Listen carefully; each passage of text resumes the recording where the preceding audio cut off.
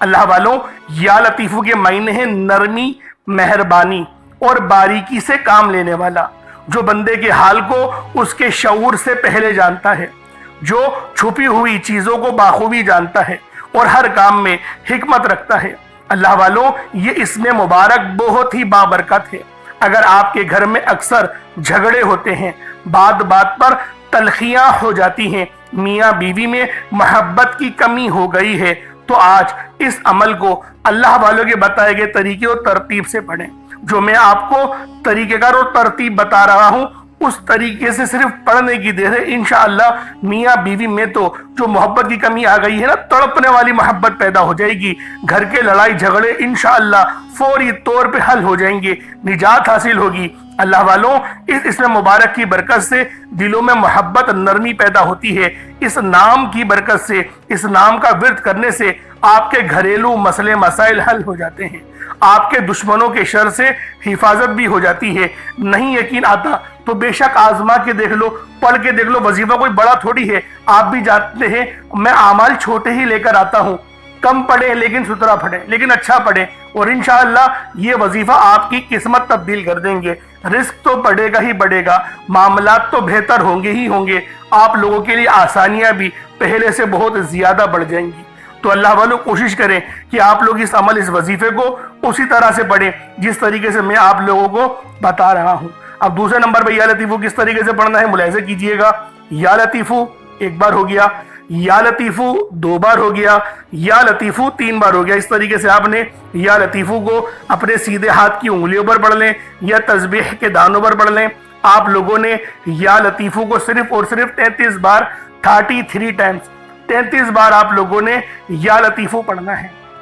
جب 33 بار آپ لوگ یا لطیفو پڑھ لیں، اس کے بعد پھر آپ لوگوں نے کیا کرنا ہے، اس کے بعد عرش اعظم پہ لکھے ہوئے کلمات ہیں، اور یہ نبوی اعمال بھی ہیں۔ آپ نے پہلے بھی بہت بار یہ نبوی نسخہ پڑھا ہوگا، کیونکہ یہ عرش اعظم پہ لکھے ہوئے کلمات ہیں، اور یہ دعا کوئی عام دعا نہیں، یہ دعا نبی پاک کے جد امجد یعنی کہ حضرت محمد مصطفیٰ صلی اللہ علیہ وآلہ وسلم کے دادا امجد حضرت ابراہیم علیہ السلام کی کلمات ہیں، جو کہ قرآن میں بھی نقل ہوئے ہیں، فرشتے جو تلاوت کرتے تھے آپ کی آزمائش کے لیے۔ تو بہت بڑا واقعہ ہے، میں اس کے چکر میں نہیں پڑتا، لیکن فضیلت بتا رہا ہوں کہ یہ دعا کتنی خاص ہے، جو عرش اعظم کے خزانوں میں سے ایک خزانہ ہے۔ وہ دعا کون سی ہے؟ سبحان اللہ و بحمدہ سبحان اللہ العظیم، سبحان اللہ و بحمدہ سبحان اللہ العظیم، سبحان اللہ و بحمدہ سبحان اللہ العظیم۔ یہ کتنے مبارک کلمات ہیں، یہ اتنے مبارک کلمات ہیں کہ اللہ پاک فرماتا ہے کہ بس اس دعا کو ڈائریکٹ مجھ تک آنے دو، یعنی کوئی رابطہ درمیان میں نہیں ہوتا، ڈائریکٹ آپ کی دعا عرش معلی پہ اللہ پاک کی بارگاہ میں پہنچ جاتی ہے۔ جو بندہ چاہتا ہے کہ ڈائریکٹ میں اپنا رابطہ اللہ پاک سے مضبوط کر لوں، تو پھر وہ آج ان نام نامی اس میں گرامی کو پڑھے، اور ساتھ ہی ساتھ یہ خاص دعا جو میں آپ کو بتا رہا ہوں وہ تیسرے نمبر پہ پڑھے۔ وہ کون سی دعا ہے؟ بہت ہی اچھی دعا ہے، وہ بہت چھوٹی بھی دعا ہے، بڑی دعا نہیں ہے۔ سبحان اللہ و بحمدہ سبحان اللہ العظیم بآسانی پڑھ لیں گے۔ کس طریقے سے پڑھنا ہے بس اس کو ملاحظہ کیجئے گا۔ سبحان اللہ و بحمدہ سبحان اللہ العظیم، یہ ایک بار ہو گیا۔ سبحان اللہ و بحمدہ سبحان اللہ العظیم، یہ دو بار ہو گیا۔ سبحان اللہ و بحمدہ سبحان اللہ العظیم، یہ تین بار ہو گیا۔ اس طریقے سے آپ لوگوں نے صرف ایک تسبیح 100 بار پڑھنا ہے۔ اللہ والوں، کوئی بڑی بات نہیں ہے، کوئی اتنا لمبا وقت نہیں لگنے والا، 100 بار پڑھنا ہے، لیکن آپ کی 100 پریشانیاں حل ہو جائیں گی، 100 مسئلے مسائلوں کا حل ہو جائے گا۔ یہ اتنے مجرب کلمات ہیں، یہ اتنے خاص کلمات ہیں کہ جب بھی ان سے مدد مانگی جاتی ہے تو اللہ والوں مدد لازمی اللہ پاک بھیجتے ہیں، فرشتے لازمی زمین پر اتر آتے ہیں۔ اب آپ لوگوں نے آخر میں کیا کرنا ہے؟ اب چوتھے نمبر پہ جو آج کا آخری عمل ہے، جس کے بغیر یہ وظیفہ نامکمل ہے، بہت ہی اللہ پاک کا خاص نام ہے یا مجیبو۔ آپ نے پہلے بھی بہت بار ان ناموں کے وظائف پڑھے ہوں گے۔ اللہ والوں، یہ وظائف اس وقت پڑھے جاتے ہیں جب آپ لوگ سخت مشکل میں ہو، سخت آزمائش میں ہو، یعنی جب آپ کے دل کے اندر، جب آپ کو یوں محسوس ہو کہ میں بالکل تنہا ہوں، میرے اوپر تمام دروازے بند ہو چکے ہیں، مجھ پر آزمائش ہی آزمائش ہے، اس وقت اللہ والوں یا مجیبو کا ورد کرنا ہمیں یقین کریں بہت فائدہ دیتا ہے۔ کبھی دل کے اندر کوئی ایسی خواہش دبی ہوئی ہو نا، جسے آپ لوگ برسوں سے پورا ہوتا ہوا دیکھنا چاہتے ہیں، کوئی ایسی دعا، کوئی ایسی تمنا جو آپ کے آنسو بن بن کے بکھر رہے ہیں، آپ لوگ مانگنا چاہ رہے ہیں لیکن وہ دعا قبول نہیں ہو رہی، تو پھر آج آپ لوگوں نے یا مجیبو کا یہ وظیفہ پڑھنا ہے۔